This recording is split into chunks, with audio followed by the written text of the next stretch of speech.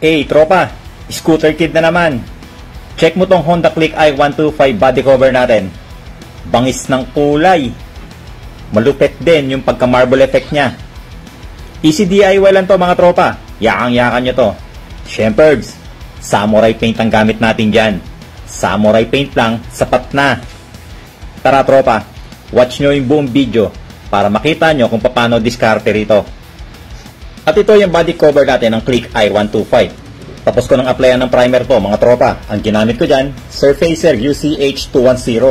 Pero syempre bago tayo nag-apply ng primer, nilinis natin mabuti yan. Sinabon natin. Tapos nag-wet sanding tayo, number 800. At saka tayo nag-primer.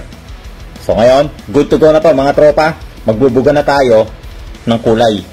At ito na nga mga tropa, no? Nagbubuga tayo ng bell flower.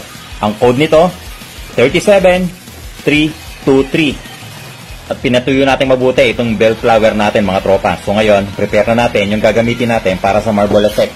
Meron tayo dito, plastic wrap. Ang gagawin natin dito sa plastic wrap na to, lulukotin natin to mga tropa, no? Pero pahaba yung lukot niya. Ibig sabihin, parang tinutupi lang natin to. Na sa ganon, makagawa tayo ng mga linya. Dahil yung gagawin natin na marble effect, puro linya yung pinaka-effect niya, no? Yung pinaka-design. So, ganyan lang mga tropa. Ngayon, pwede na natin gamitin to. At syempre, gagamit tayo ng sparkling silver 391701. So, ang gagawin natin, i-spray lang natin dito sa nidukot natin na plastic wrap.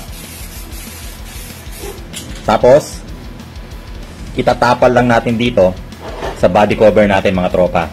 Pa-diagonal lang gagawin natin. Pupunuin natin to ng isang position lang. Ibig sabihin, puro pa-diagonal lang, ano.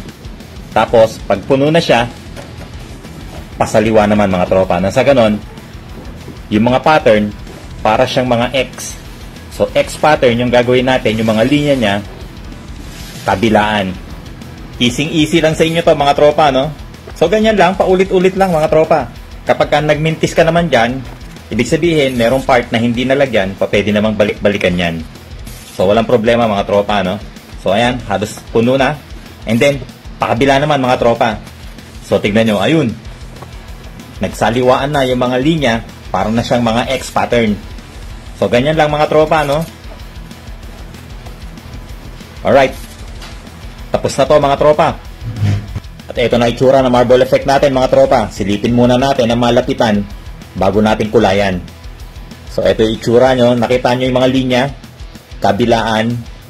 So, ang ganda ng effect na ginawa natin, ano? Maganda yung mga linya. At ngayon, nagbubuga na tayo ng blue chill. Ang code nito, Y640. Gagawin natin dito, 2 to 3 coats mga tropa. Para pantay na pantay yung pagka-blue niya. Pinatuyo natin maigi yan. At ngayon, magbubuga na tayo ng top coat clear.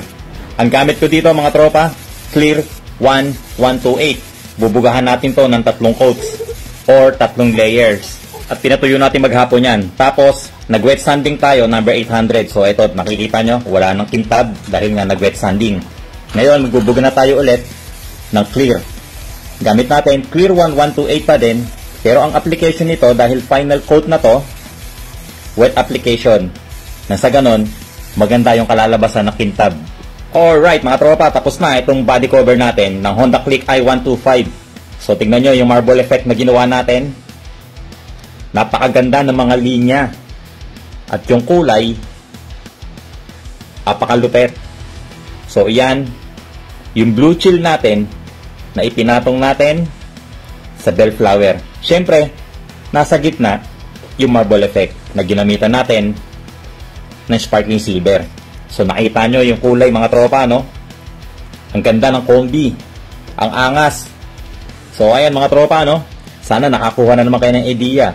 Sana nakapulot na naman kayo ng konting kaalaman kung paano gumawa ng ganitong design at magkombinasyon ng ganitong kulay. Easy DIY lang mga tropa, di ba? Siyempre, samurai paint yan. Yakang-yakan yan mga tropa. Pwede nyo nang gayahin to. So ulit, maraming salamat sa lahat ng sumusuporta sa Scooter Kid. Siyempre, maraming salamat sa Samurai Paint Philippines. Maraming salamat mga boss. So, paano mga tropa?